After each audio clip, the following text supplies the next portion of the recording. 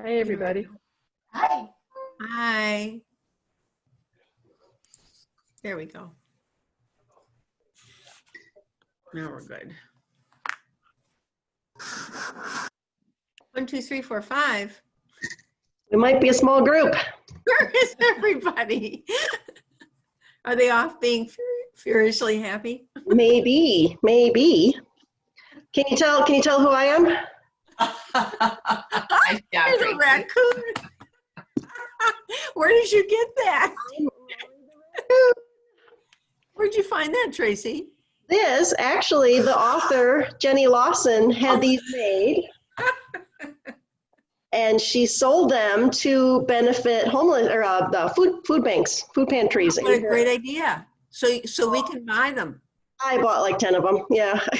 Well, so are you going to send us the link where we can go to buy them? I could do that. Okay.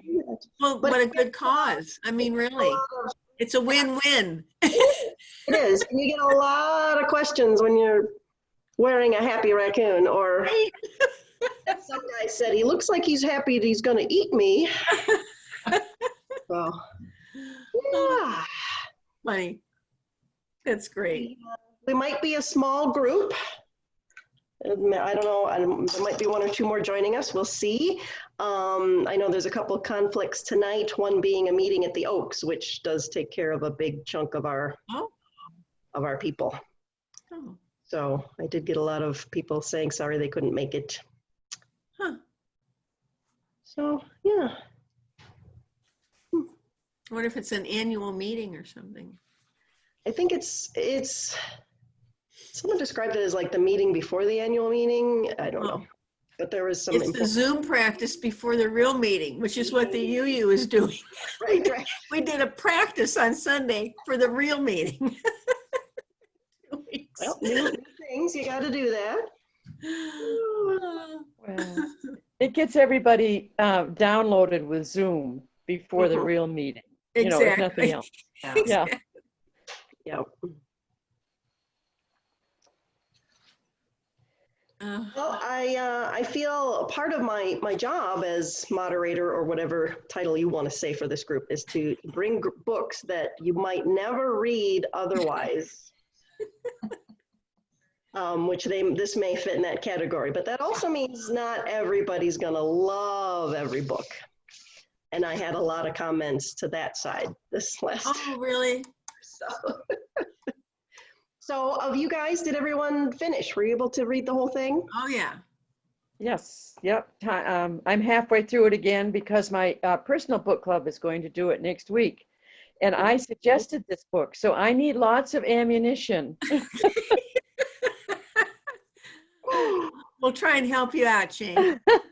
Well, as it turns out, I can't attend the meeting, but I'll send some preliminary comments. Okay. And some reading and opinions, you know, just to get them thinking. But yeah, so I think they won't be happy that I won't be there. They'll be like, you suggested this. Yeah. But I loved the book. It took me a bit, but my goodness, what a crazy woman. Well, her mind is kind of incredible, isn't it? Because you can tell she so easily goes off on tangents just with kind of language. She'll pick up on some word or phrase and she just kind of goes this way instead of continuing this way. But her creativity, or the way she thinks about things, and she just starts connecting all these odd pieces of things, and it turns out to be very funny most of the time. But I also, Jane, one thing I would point out is, and I tried to mark some of them, is for people to pay attention. You know, to me, most of this book is very funny, but I think it's important that they pay attention to the parts where she truly talks about depression and anxiety and what that's like for her, which is different than it is for, you know, I mean, everybody gets that in a different way, or has different reactions, you know, to their depression or anxiety. And I think those are the pieces that I hope people also pay attention to. because she's trying to explain it without being, doomsday dawn, or, she's trying to help us understand what it's like. But from that, she's gotten this gift of being able to write well and to write funny and to help others laugh. I mean, what a great book for me to use to laugh in a time like this, particularly. And I pass. Yeah, well, and I thought too, even just in terms of the way she wrote the book, most of it is short. She's a blogger, so she brings a lot of things together and she blogs. It doesn't have to be a perfect essay. It's much more personal than perfect, well thought out. Not that they're not well thought out, but it's different from, say, a literary essay. And but she's funny and she's jumpy and she jumps. But then in the middle of it, it's almost like it mimics her depression or up and down. She does these serious discussions. Right. Like, I just reread her interview where she made, personally, I love Victor. I think he's I know, I want to meet him. I love it. What the hell is going on out here? So she makes him be an interviewer so she can practice. And then that's where she talks so seriously about what is my depression. And so then, so she's all jumpy and funny and goofy. And then she just comes down and she lays it out in many well thought out sentences within paragraphs of what it means, what her life is like. And so I agree with you, Jane. I think that's the crux of this book. It's what makes it more than just a bunch of one-liners and silliness and oddness, is that she really tries hard to help us see what she has to live. That she struggles a lot, Mm-hmm. and often, yeah. And that's why she feels it's important to go overboard somewhat during the times when she's just enjoying life, and no matter what, in what way that may be. And for her, some of those ways are kind of crazy. You think? With the koala costume or the kangaroo costume. Can you imagine dragging those things to Australia? What? The raccoon on the cat, and then armadillo purses on the plane. I had to clip she chipped her armadillo's toes. So next time don't get me started. Never mind. Yeah. I still think when Victor's on his conference calls and she brings the raccoon up behind him until he gets mad and he slams the door, and then she has the little paw. Yeah, under the door. Yeah. Can't you just imagine That still makes me cry laughter. the Zoom meetings, the raccoons coming up? Like, now that we're all doing this, you can kind of picture that.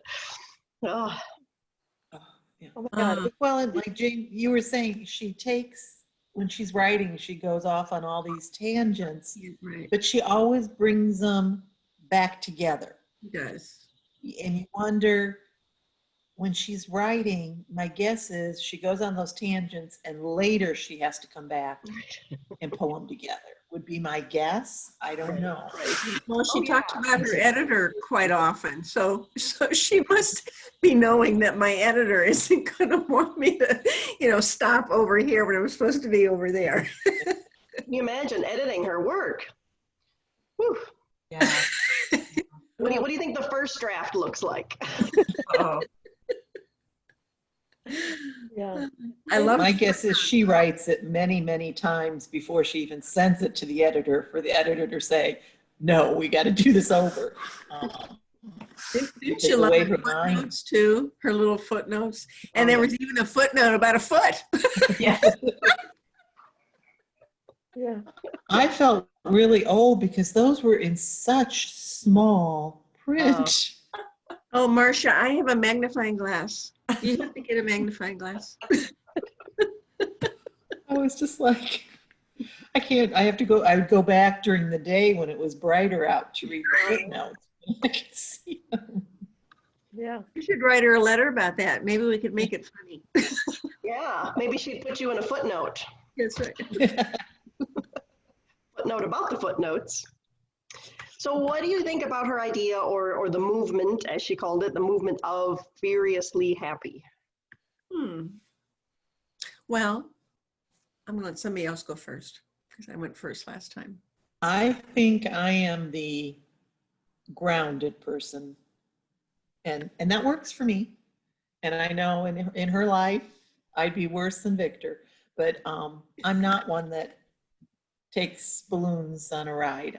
I stay on the ground. So I'm glad it works for her, but it's not me. I got the feeling that it was more aimed as Furiously Happy. And she says the feedback she gets from so many people, weren't some of those stories poignant? When she's at book signings and book touring, and people come up and say, oh my God, thank you so much for writing this way, for exposing or, sharing this, being so brutally honest. My gosh. But so I sort of got the feeling that the Furiously Happy movement was much more about the people who are also then profoundly depressed. I mean, that they go back and forth. And when they're up, that they need to be all the way up and just sort of almost insane to enjoy and appreciate those moments, more rather than asking or thinking maybe the rest of us who are not like that join in the furiously. Although I think there's a lot to be said for being furiously happy, even though if you are an even keel person. But I think she was advocating that when you can, do that, be that, whether manic, depressive or not, enjoy when you can and have it. But yeah, I really think it's the people who are embracing it probably lead a different sort of a life from maybe what we do. A more difficult or differently difficult life. Good way to put it. Yeah. Mhm, mhm.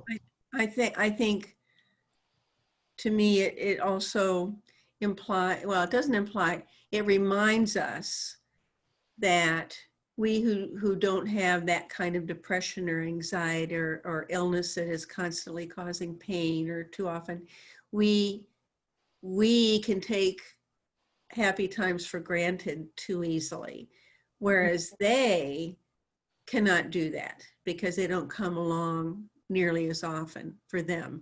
And so I agree with you, Jane. They have to just really get every bit of that happiness that they can out of these moments that come along, and just do what feels right for them at the time, as long as they're not hurting themselves or anybody else. But and so I think we should all, maybe think more about how lucky we are that we have happy times so easily. Mm-hmm. Yeah. There were some hard parts to read. I mean, I thought she had some good things to say about how we tend to be dismissive of mental illness, especially the depression ends of things. Schizophrenia or whatever, we seem to have more acceptance of it's being a chemical thing.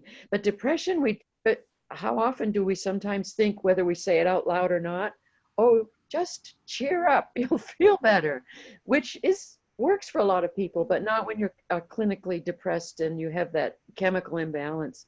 And then she says, why do people do that? It's like medicine takes a long time. I like this discussion too. Medicine can take a long time. Look at the number of times you hear people say they're adjusting their blood pressure medicine. And It's all like, oh, you poor thing, keep going. And so she has to adjust her antidepressant medicines. She takes a mild or a low level antipsychotic. I loved her story about she can always say that when she wants to go to the front of the line. I'm on antipsychotics, let me up front. No, I think we just we tend to be too dismissive, I think, and not recognizing the seriousness of it, unless we know people who are like this, and I don't, but I think that's another time she's serious. And so she helps us understand where this imbalance takes her. I thought Well, she and that was one of the things I marked, was where she said, she said she used a, colorful word, telling you that your medication is not working is just proof that you don't really need medication at all. And then she says, I can't think of another type of illness where the sufferer is made to feel guilty and question their self-care when their medications need to be changed. right, yeah. She made a I nice mean, really, comparison. basically, where people don't think of it as an illness.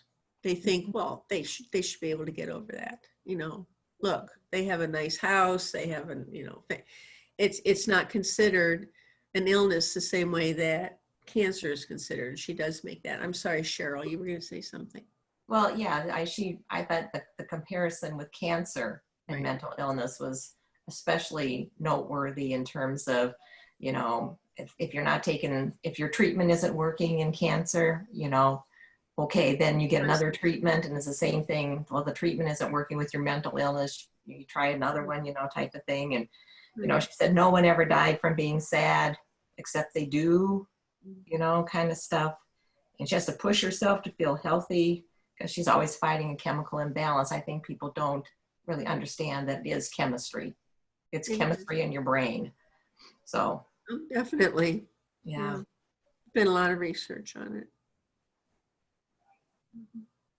And then too, a lot who do have mental illness don't see that they need the medication.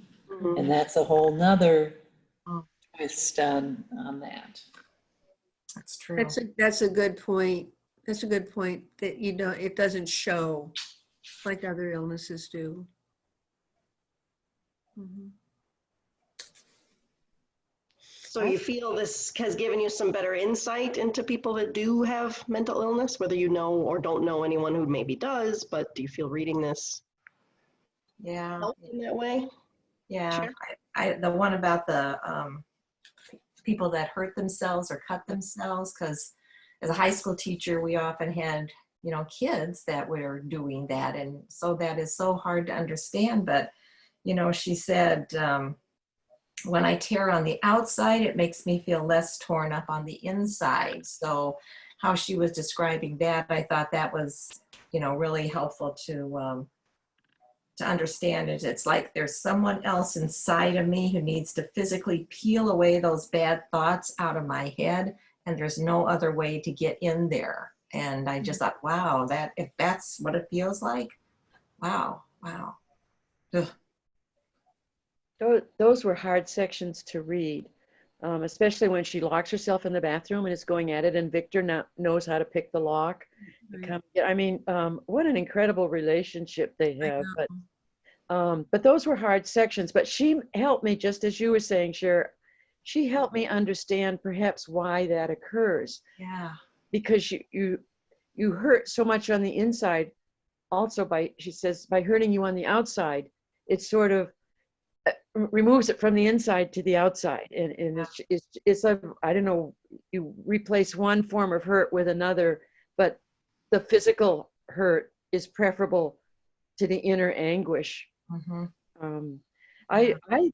I really came away from this book appreciating Victor, amazed that she has a daughter and seems to be working, but that she I don't know someone at this level of mental illness and in being incapacitated so frequently. But I just feel as though I just have a much better understanding of it. I just do. It seems to me. And her father was kind of interesting too, wasn't he? Yes, the taxidermist. His mental condition. When you read about what he was doing and how he was doing it, and the mother trying to cope with all of this, it's just like, oh my gosh, I think she comes by it partially naturally, I was going to say, my guess is her father has it too, because some of the, not the taxidermist, that's just unusual, but some of his other things that. that happened. But you know, that taxi, how do you, when I'm explaining this book of what I'm reading, okay, I'm reading a book about a lady who has mental illness and she's writing about it, and it's really a funny book. And then I start telling them about this taxidermist stuff, and they're thinking, what are you reading? Yeah. You know, it is hard to describe, to tell people about a book that you think is just hilarious, and it's about a woman who has depression. I Yeah. mean, you have to really be careful how to The explain. bear in the hands. Yeah. I know. Well, I kind of likened it to like Jonathan Winters and Robin Williams. I think they had this same type of thing where their mind is just going and going. And I think they were probably in this same boat. And so when I tried to tell people about it, I would say, well, it's kind of like the female version of Jonathan Winters and Robin Williams, all talking about their issues and their mental health. And so I don't know if that helps or not, but Very, very appropriate comparison. Mhm. Yeah. She said many times that she's not suicidal, but she hurts herself. right. And I found that an interesting distinction. I had never really thought about that either, but she does not seem suicidal. She just needs help sometimes not hurting herself. Right.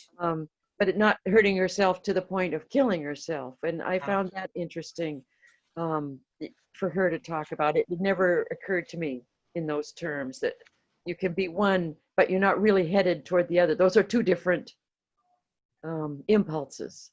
Yeah. And you know, another thing I'm just thinking about is how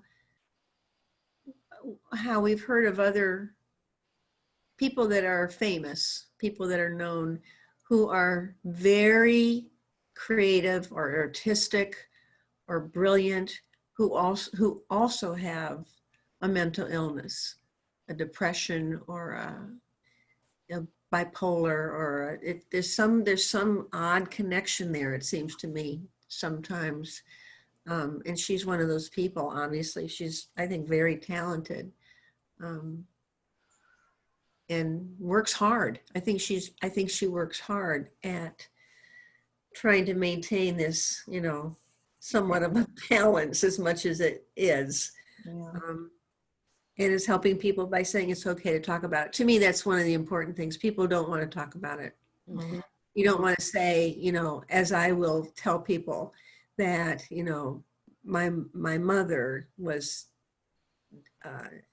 depressed, had depression, and her grandfather killed himself.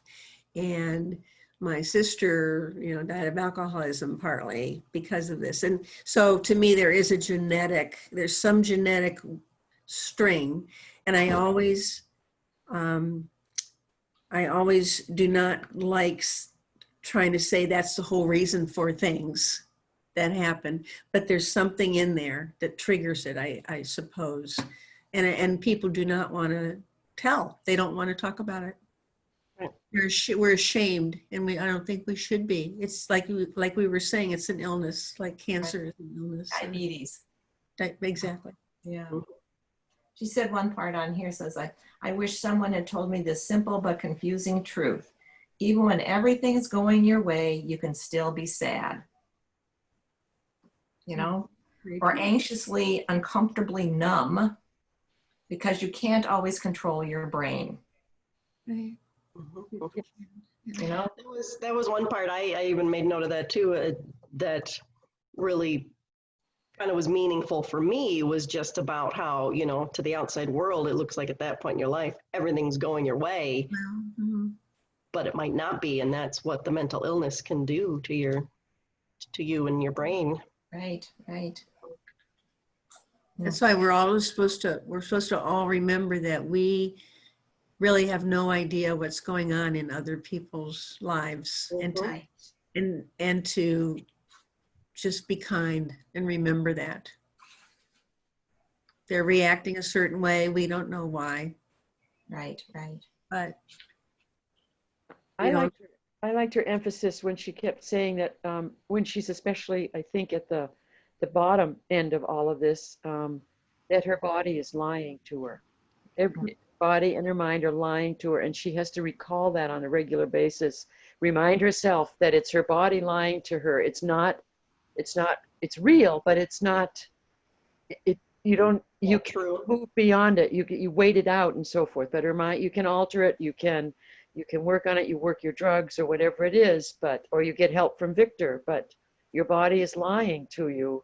And she seems, that must have been a great, I would think, a revelation to her when she figured that out somewhere in her growth, that her body is not speaking the truth, that the truth is elsewhere.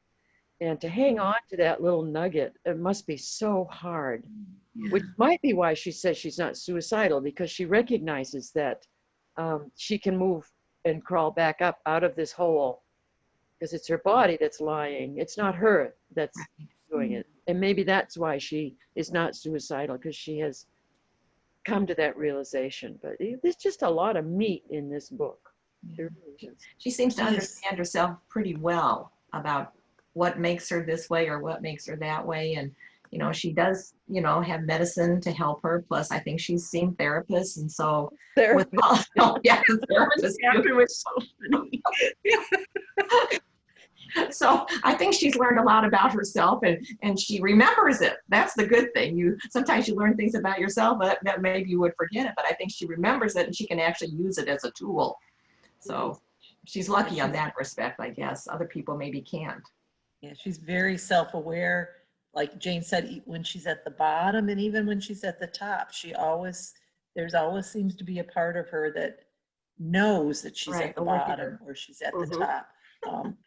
I have a close friend who has some issues, and she doesn't know when she's at the bottom and when she's at the top. And that's a whole other story, and she's 60 years old. So it's not like she's a young person going to figure this out. That's just the way it affects her.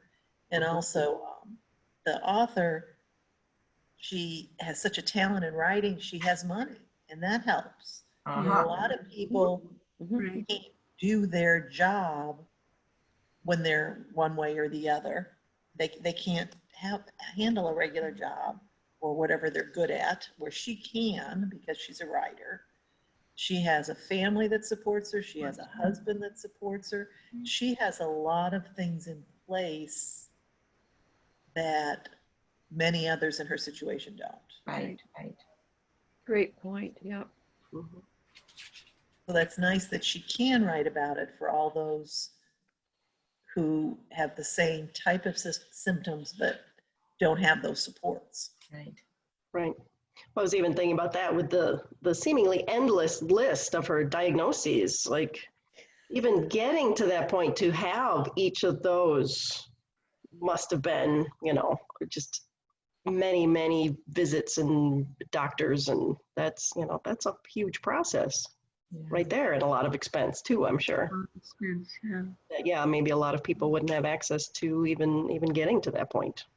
Well, we know that's a problem in our country. We know that's why we have some of the problems we do, because the mental health services are not viewed as important enough. They're too expensive. There aren't enough of them, and people are ashamed to even say, I need help.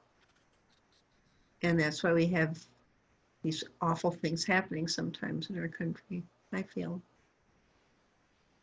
Well, on a happier note, one of the things I found really funny was when she was talking about her weight and how, she's simply over gravitized, the gravitational pull. She needs to be higher up, that would help with the weight.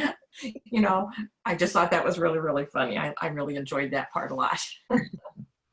One of the ones I enjoyed, the little anecdote, she's finally screwed up her courage and nerve to go to her daughter's, I don't know, play or dance recital or something. She's going to a school function, and she doesn't want to talk to anybody, but she decides, she takes herself, and she says, all right, I'm going to talk to another mother. So she does talk to another mother who looks so uncomfortable, but she talks to another mother, and her daughter looks up, who's what, 8, 9, something?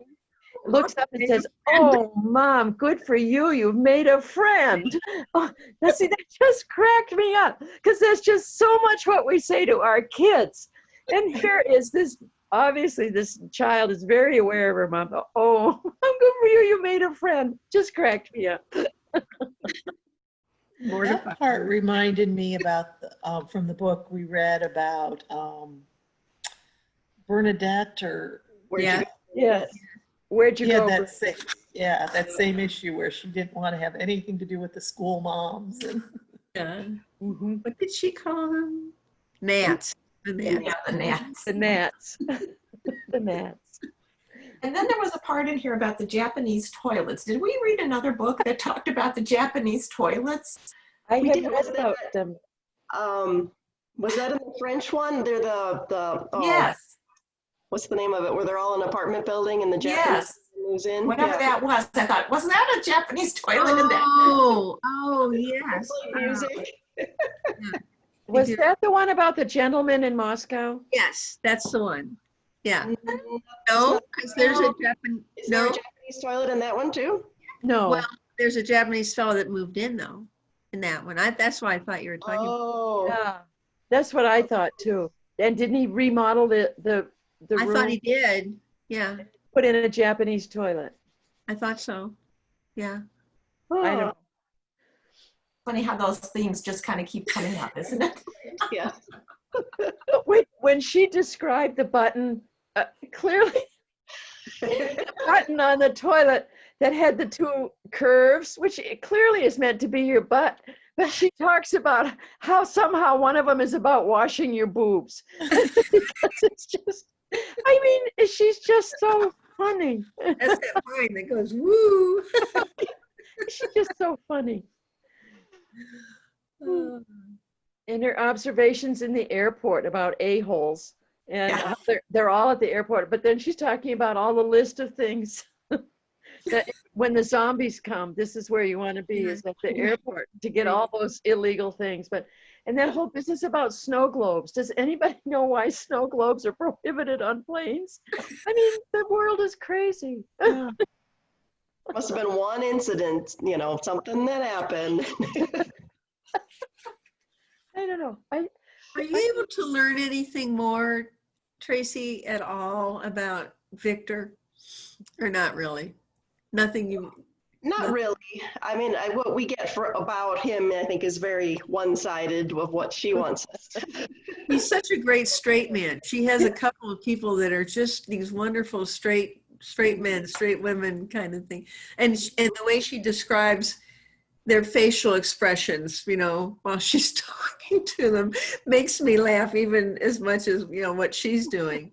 So Victor and her psychologist, yeah, they're very, I can picture them, listening to her, trying to figure out what's going on. I love it. And then there was one part in the book about, I think she was on a book tour to San Francisco and she's staying in the Tenderloin district. Now everybody knows that the Tenderloin district is not where you want to stay. And she says she's in the bad part of the Tenderloin district. Like who booked her into that place? I mean, I don't understand that. But that helped her talk about, she would see these people and she would say, is that my future?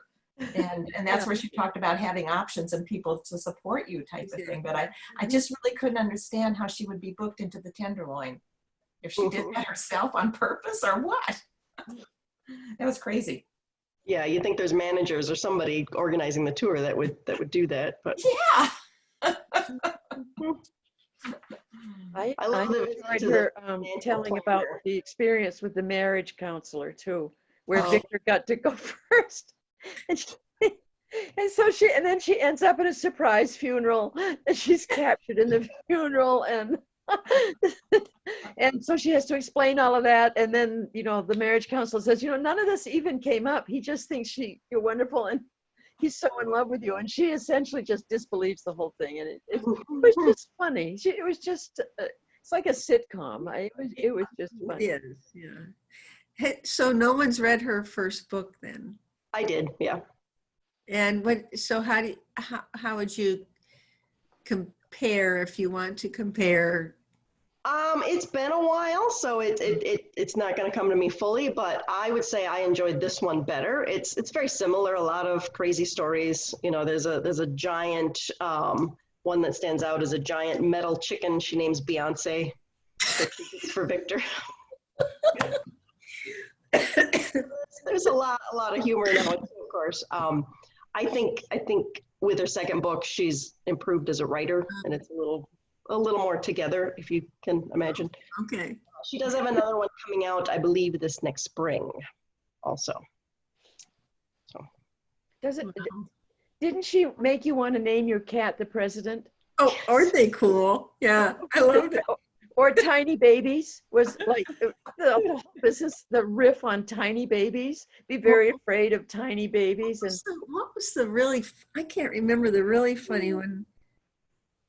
I know there's a Hunter, there's one called Hunt, named after Hunter Thompson, but I can't remember. Hunter S. Tomcat. Tomcat, but there's even for Ferris Mueller. Ferris Mueller. I love that.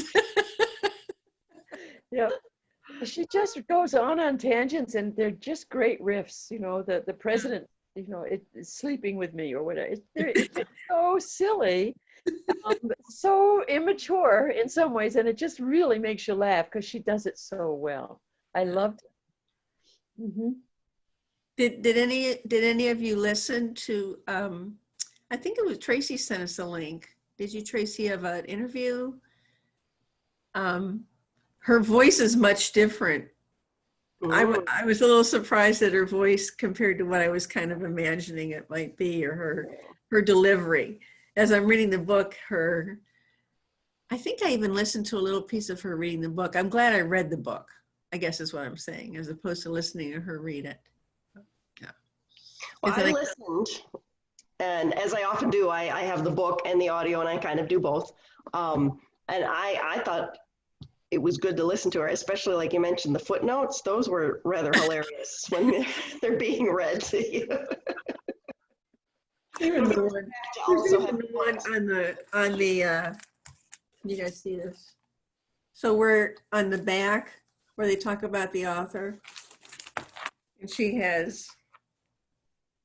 Is this the one? No, that's not. Maybe it's the other one where she. Oh. There's like 6 footnotes. Yeah. Her whole life is a footnote, you know? Yeah. I loved the beginning where she had the famous people giving her blurbs like they do in the books. I mean, those were hysterical, and it sets you up for the whole book. The whole book is absurd. Yeah. Dorothy Where she's Parker. serious. Dorothy Parker. Or You can say without exaggeration, this is the finest coaster I've ever owned. Yeah. Wasn't Ernest Hemingway one, and Einstein, and Yeah. they were just really funny, Mm-hmm. clever, very clever, funny, witty. Well, what do you think about her starting with telling you to stop reading right now? Yeah. Is that kind of another indicator of what was to come? And don't look for the $25 bill that's hidden in there. Yeah.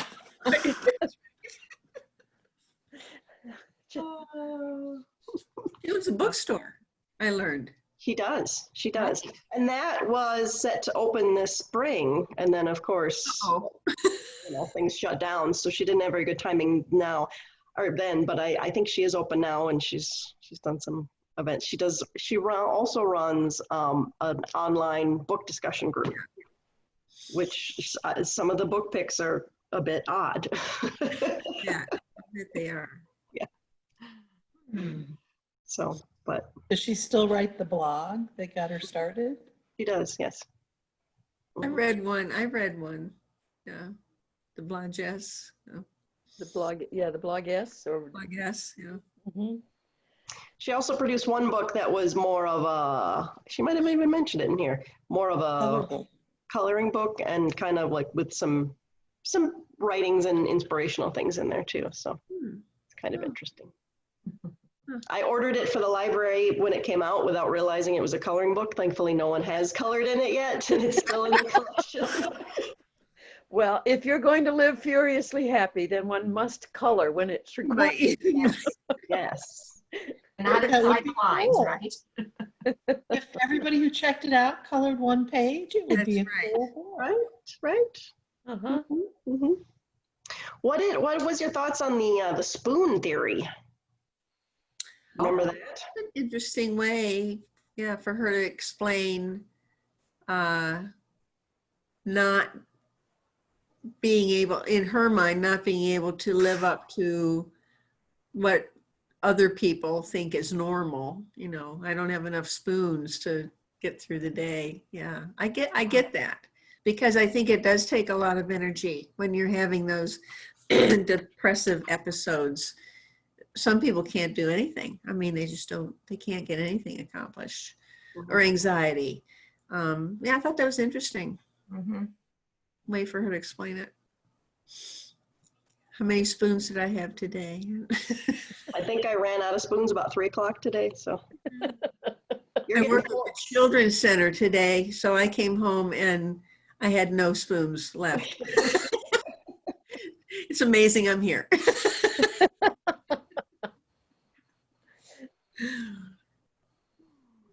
Kids can use up a lot of spoons. Oh my gosh.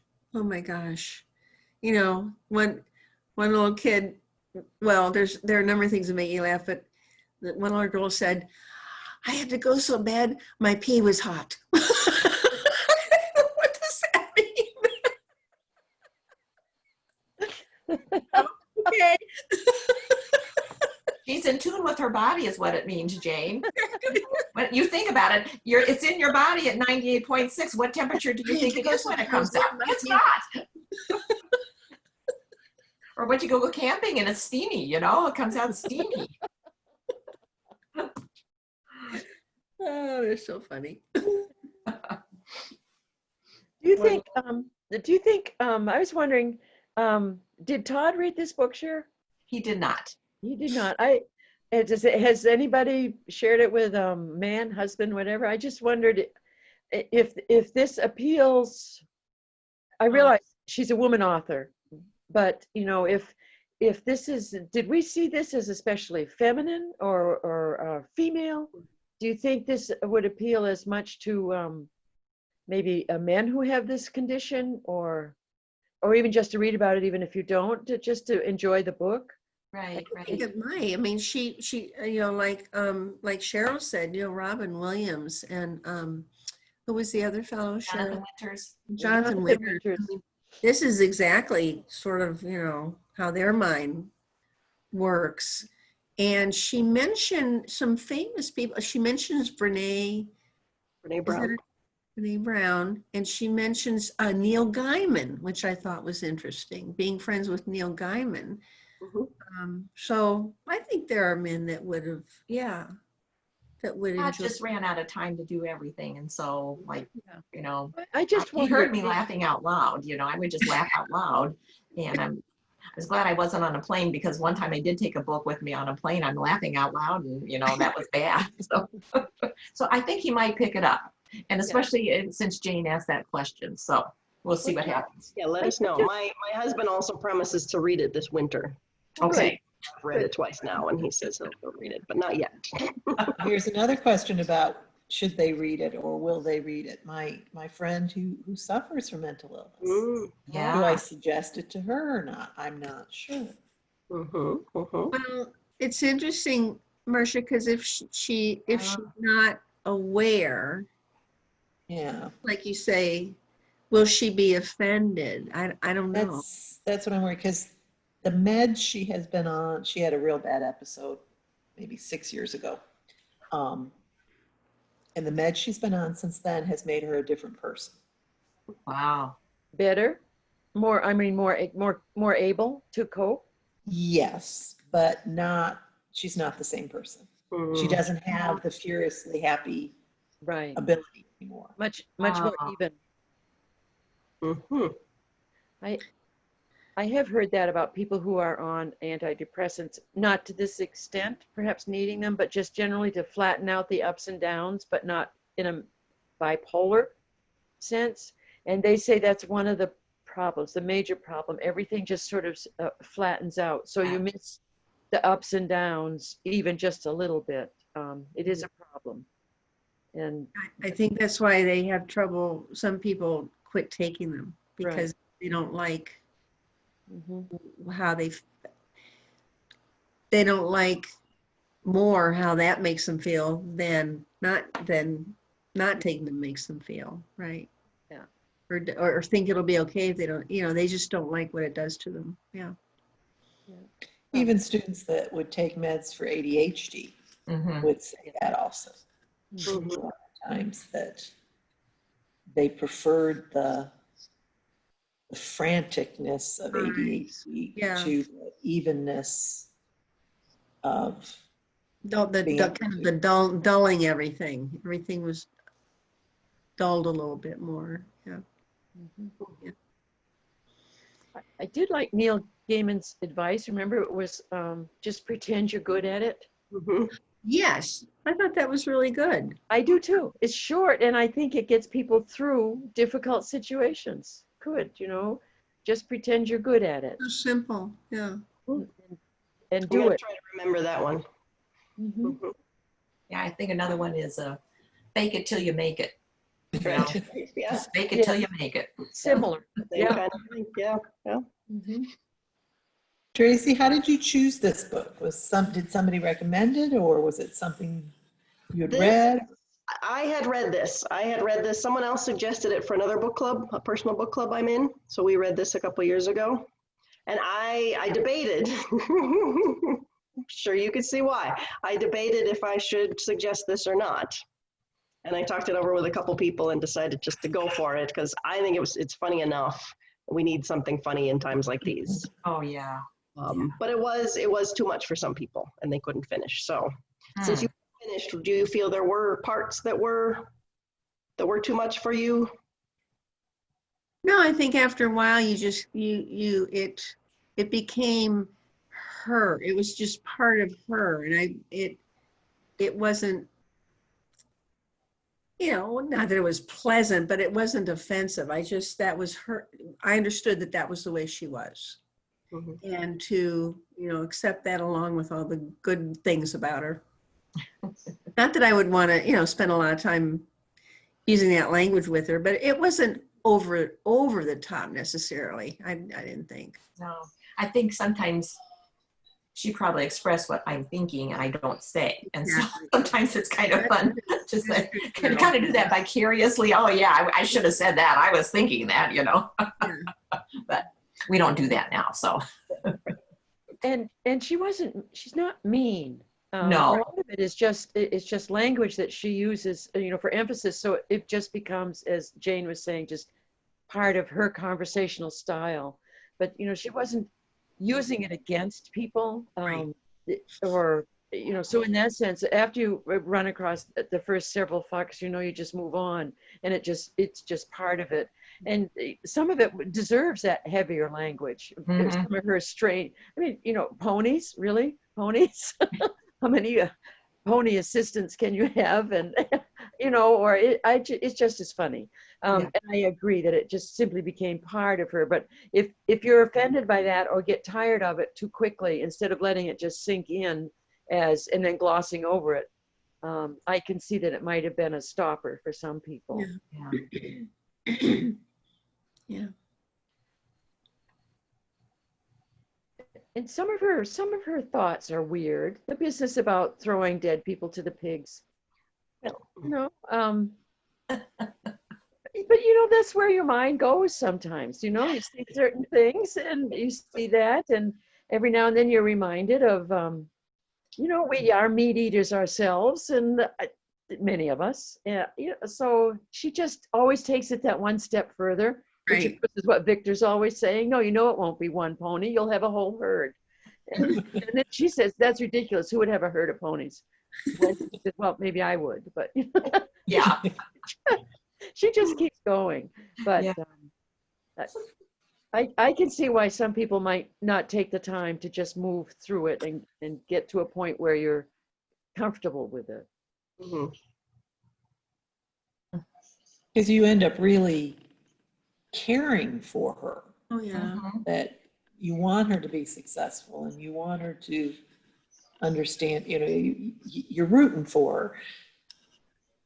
Yeah.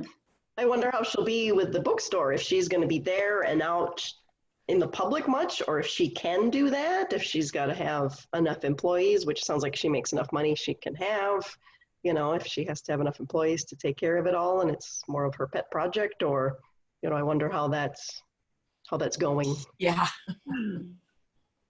And two, when her daughter gets to those teenage years that can be stressful anyway between mothers and daughters, and then you have a mother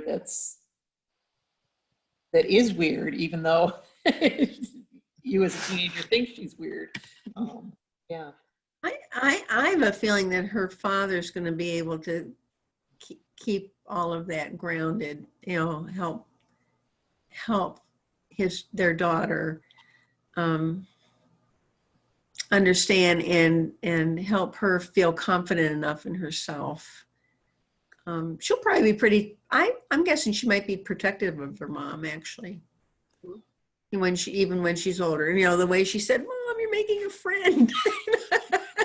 She's 9 years old, so she's already out there rooting for mom and watching out for her. Yeah. Yes, in the Bernadette book, her daughter was. That's right. That's right. Her daughter was her support. Yeah. That reminds me of a story I'll try to say quickly. I am terribly afraid of spiders. And yet we go camping every year, which my family says, why do we go camping if you can't handle the spiders?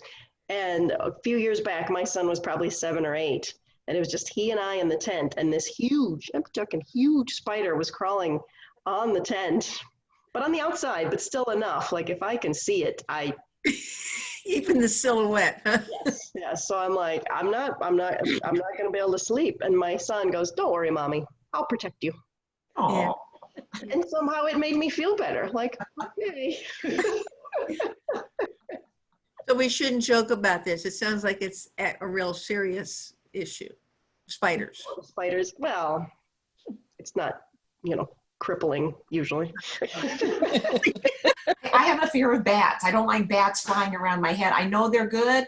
That's fine. Just stay up there and away from me, but don't get close, So I think we all have something that maybe we're a little concerned about. So you wouldn't understand me catching the spiders and taking them outside, Tracy? If you want to do that, that's fine. Just make sure you're not near me, please. Yes, there you go. Yes, I have a spider cup too and a piece of cardboard. So I just go catch the spider and put the cardboard and then go outside and flip them outside. Mm-hmm. Yeah. I hike with my serious hiking partner. She does not like spiders either, Julie. Ooh. She does not like spiders either. So, oh, interesting. Oh, I always go first so that I have to run through all the cobwebs. Yeah. Mm-hmm. I understand that. Yeah, I get the cobwebs. Or if one lands nearby, I try to warn her quietly and say, "Julie, you have a spider on your shoulder. I'll take care of it." But I don't want her to see it. She's working with it. But yeah, so I have to go first through all the trails to wipe out the spider webs. Mm-hmm.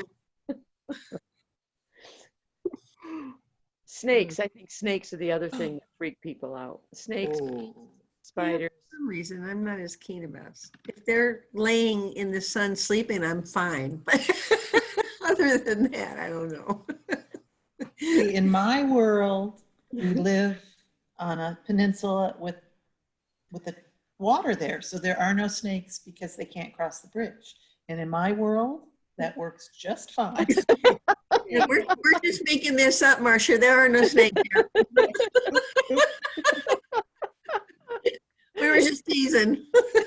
Bears, no snakes. Because they can't cross the bridge. Ooh. That's a good theory. I like it. Yeah.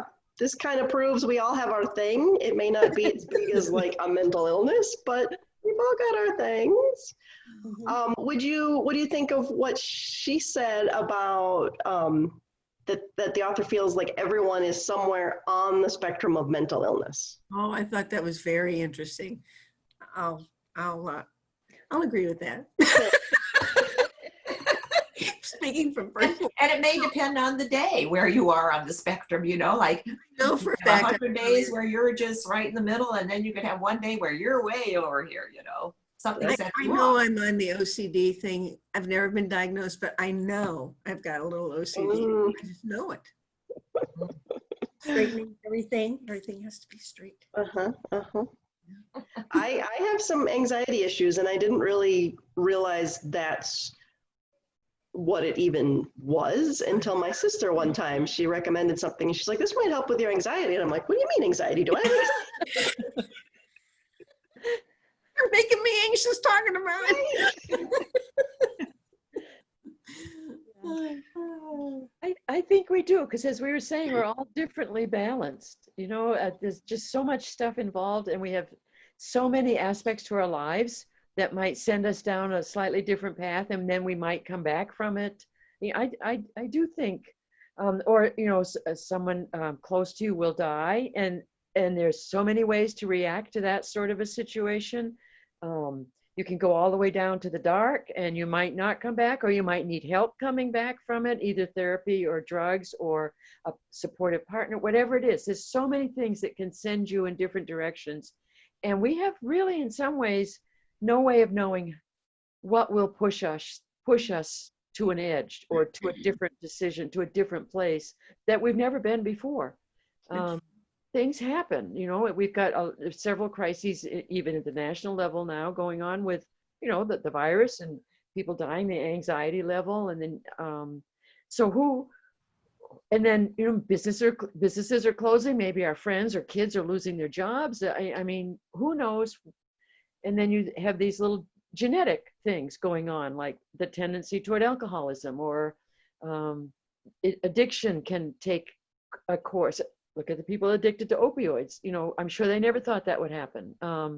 So I do think, in fact, we're all there, perhaps somewhere along that spectrum. I think that was an astute observation that maybe you just hadn't thought about before. But and because we don't talk about it, people think, well, it's, you know, it's not usual. When in fact, it may be true that we are all somewhere on, yeah, that spectrum. Mhm. Yep. Anyway, so And we're not alone, because by feeling alone, what did she say? We're part of the biggest group of people that feel they're alone. Yeah, Oh, I don't remember that. That's really interesting. feeling alone together, right? Right, yeah, yeah. I Mhm. don't remember that. that's one of the things her book seems to be doing, from her reactions that she reported to us, from her book tours and things. I think people who so seriously struggle with this must feel absolutely alone. They must feel that, you know, because they don't have, although she seems to have some friends out there, with, like the one who was brave enough to go to Australia. Australia with her. Oh my God, that took a lot of nerve to travel with this woman, because you never know when she's going to, like, get under the table. You know? Anyway, but she seems to have one really good friend. I forget her name, who seems to understand her. What is it? Mayer or Meyer? Like Maire? Yeah. Something like that. She seems to have known her a while and accepts where she's at. And so maybe it doesn't come out of the blue anymore for her friend. But they seem to, they had a good time in Australia. That was so fun. Yeah, I thought about that too, Jane, that being her friend, being a friend like that, and how hard I thought about that it would be hard, that it could be difficult, but she's got some that I think are very close and take it all in stride with her. Seem to anyway. Yeah. Well, she doesn't seem to get arrested too often. So, you know, that's good. That's good, It yeah. helps, especially in foreign countries or on book tours. So it mostly seems to just be oddness, as opposed to tumbling into the disturbance, to the disturbing the peace. And Yeah.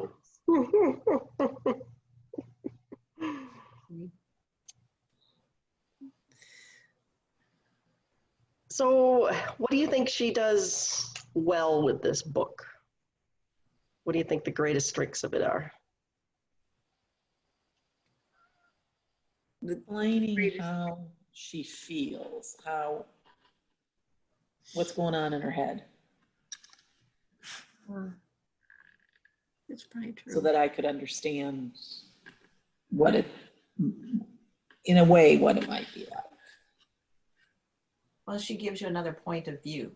You know, you have only your point of view most of the time, but yet she's able to express, you know, her point of view, what she's feeling, and she can describe it, as Marcia said, in words that we can understand, so that we kind of know what she's going through.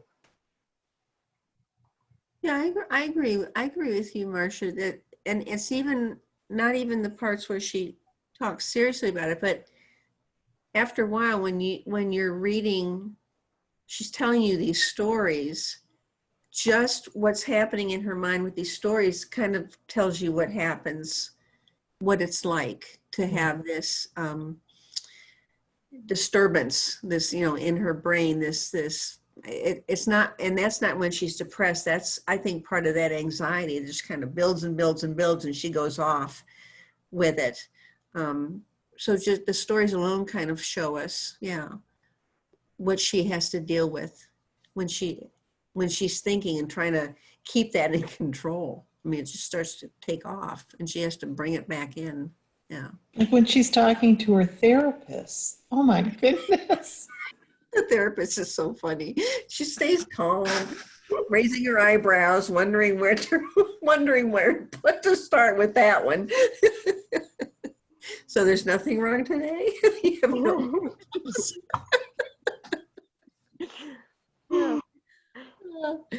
Yeah, it's really something. If I can find the link, I will share it with you guys in an email. She talked a while back about the TED Talk that she's done. Oh. And when she was recording the TED Talk, she had an anxiety attack on stage. Oh. And it took a couple minutes to kind of just regroup and come out of it enough to keep going and to keep talking. And when they were editing it, they gave her the choice of keeping that in there or removing it. And she had thought about keeping it in because, you know, it's real and this is what she's talking about. But yet she also knows from experience how someone else's anxiety attack can trigger anxiety in others. Oh. So for that reason, she had them cut it out. But she has an entire post, a blog post about that, and then shares the TED Talk, and you can kind of tell where it is if you know, but it's completely taken out. Yeah. And I just thought that was a really kind of interesting story. Wow. Well, she's an amazing woman at putting all of this together, all that she does, and what she has to struggle through to get here. Good. She's got the support. She's got a lot going for her, but there's so many times I would think she could just say essentially "fuck it" and give it up. I mean, you know, and just somehow stop. It seems so much. She has to struggle so much that, you know, she would take her own words, you know, which she used throughout, the F word all the time, and just say, "I'm done." So I wonder if it really helps her work through things by writing, doing all this writing and writing down all these stories. But then on the other hand, she talks about the stress of having writer's block. So it's not, to me, it's not true writer's block. It means writer's block writing in a way that can be published, as opposed to just, you know what I mean, just writing, you know. Yeah, but they say that writing is a good thing to do if you're working through addiction or depression or, you know, all kinds of things. So that's interesting. Maybe it helps her. Yeah. Maybe, do you think she ever rereads something she's written to pull her out of the bad moments? I don't know. Oh, that's an interesting question. Well, she has that folder 24 of those 24 people that didn't commit suicide Mhm. because of this. And so, you know, I think she does look at that or remember that quite often when, you know, when she feels not at her best, I guess you would say. So, yeah, I That think, was powerful, wasn't it? Reading about that. Oof. yeah, yeah. So, Yeah. yeah. And I guess with her blog, she has constant That's why. people reminding her that she is helping, you know, type of thing. And so, you know, I guess if you feel like you have a purpose or a bigger purpose in life, maybe that helps. Oh, yeah. I think it definitely helps to have a purpose in life, no matter what that purpose is. I mean, as Right. long as it's not harmful. Little, big, medium, whatever it is. Yeah. There was one part where she was talking about the dust falling out of the air and it will settle on the floor to be swept out. But she says, for one brilliant moment, I see the dust motes catch sunlight and sparkle and dance like stardust. So, you know, she can still have those great moments. And yeah, so she should read her writing if she doesn't. I think I'd like to read her first book sometime. I'll probably do that. Maybe in a Yes, while. I would recommend it. Yeah, yeah. What'd you say, Jane? I said maybe in a little while. In a little, yes, right, in a little while, sometime. A little break. Well, Jane, next month you'll have to tell us how your other book club liked it. Yes, please do. I'm really sorry to miss it because I like to also recommend books that are slightly different. And the last one I did, they did not like it all. It was, what was it? Conversations With friends. with Friends. Conversations with Friends. Oh, they were not happy with me. So I suspect they're not going to be happy with me on this one. But, so I will ask for some summaries and so forth. I can't be there. We Zoom, but I have to be in Appleton. I'm going to send some of these in the form of questions, like Tracy's questions, and just as a way to sort of start the discussion. And I suspect they probably won't discuss the book more than 10 minutes and then they'll just forget it. But I don't know. Now, some may like it, but they really, I think some of the language will be difficult, and it just depends. Well, they can still not like it and have a good discussion too. Absolutely, yeah. So I think we'll see. And generally, it's a good group, but it's so hard to predict. This is a quirky book. So, Mhm. Yeah.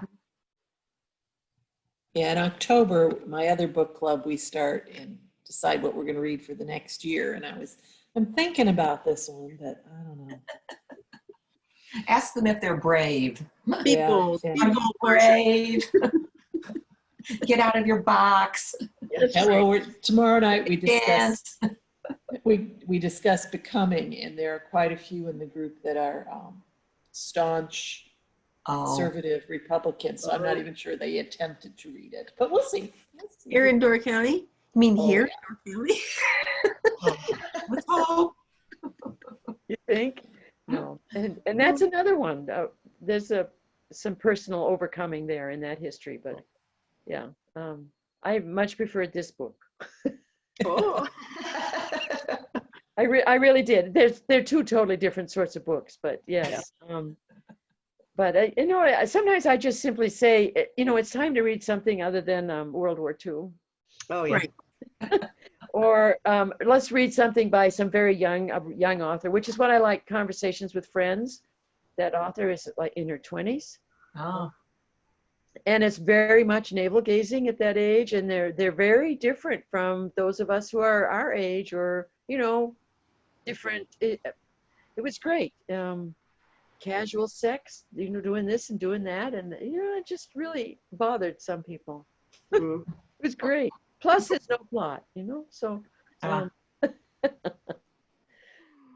no, I would recommend this one, Marcia. See where it goes. Okay. I think we've had a good discussion. I think you should. Yeah. I think so. yeah. And I'm glad you guys all stuck with it and finished it and found it as funny as I did. What does that say about us? 5 out of something. Yeah. And was a little We could be worried in a about all the club. comments I got that I'm like, oh, I'm the only one who finds humor in this.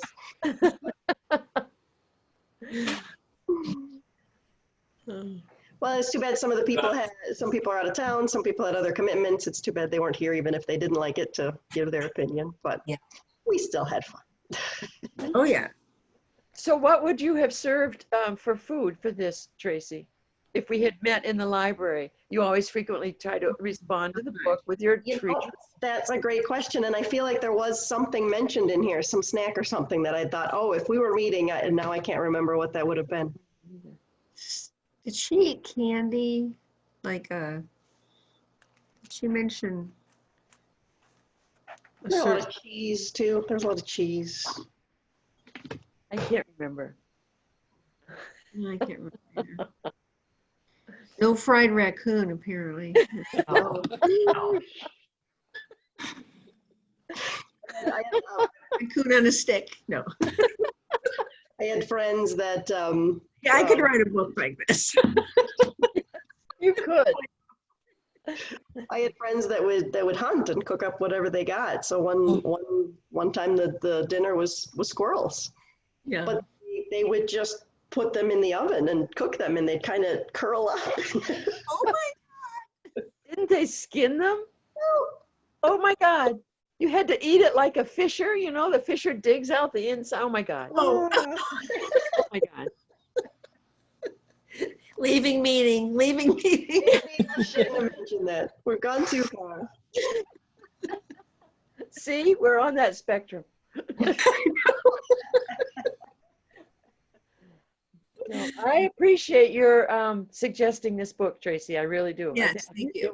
It was fun, informative, and once again, one I would never pick up, and I did not expect to like it. Did not expect to like it. I'm feeling that way about the next one. What are you guys feeling?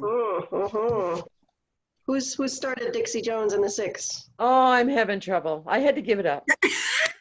I had to give it up. See, I'm a little worried about it, Tracy.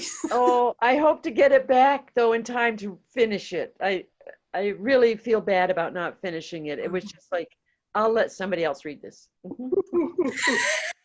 Cool. I'm hoping to get the book. I haven't gotten it yet. Oh, well, I gave mine up. That's okay. Yeah, I think I have a couple here as well. So if you're on a list, I can get you one. Okay. Oh, my Or you cheeks can- are laughing. If you have one on Friday, I have a book in. We have to come and pick it up. What day is today? Wednesday. Today's Wednesday. Yeah. Put me on the list. I promise I'll try. Okay. Again. Yeah. Again. Have you started it, Marcia? I enjoyed it. I mean, Yeah. it Oh, wasn't like the best book, but it was sort of like reading a People magazine. Oh, see, that's why I'm gonna have trouble. You like to do that at the dentist every once in a Never read while. People magazine. oh my God, I love Oh. People magazine. What do you My what do you favorite read when you magazine. go to the You're haircut on the lady? spectrum, Jane. It always has stories of the royals. Oh my God, I love reading about the royals. So, Now we know Jane's guilty pleasure. Oh boy. What do you read at the dentist and the haircut lady? That's what Well, I usually like the Martha Stewart stuff, because I don't get that, or Real Simple, or oh my God. Oh no, People has the royals and all those dresses and who wore it best. And and then there's find the difference in these two photographs, the two pictures. love It's them. really hard. don't you What just love do that? I can do that with highlights at the Children's Center. Oh, exactly. It's the same thing. Yeah.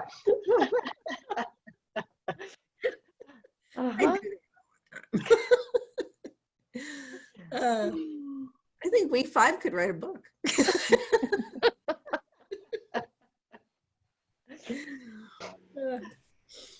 All right. On that note, any last words?